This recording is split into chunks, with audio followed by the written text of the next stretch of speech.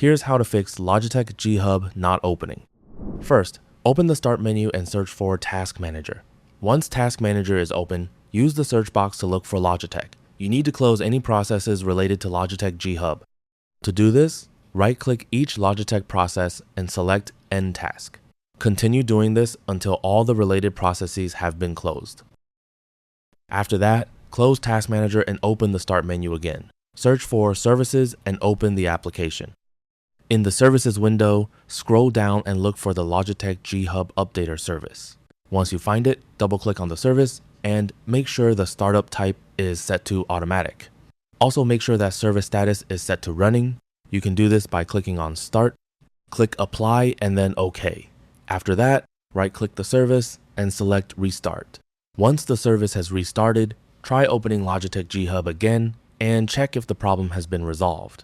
If G Hub still isn't opening, open the Start menu and go to Settings. From the left-hand menu, select Apps, then click on Installed Apps. Use the search box to find Logitech. Click on the three dots next to Logitech G Hub and select Uninstall. Before uninstalling, make sure you uncheck the option that says Save My Current Settings. Then click Uninstall. Once Logitech G Hub has been removed, close the settings window and open an internet browser.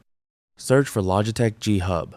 Download and open the official Logitech download page. Select Download G Hub for Windows and download the installer. Once the installer has downloaded, open it and follow the on-screen instructions to reinstall Logitech G Hub on your computer. After the installation is complete, launch the application again and check if it's working properly. And that's it. That's all for this video. Thanks.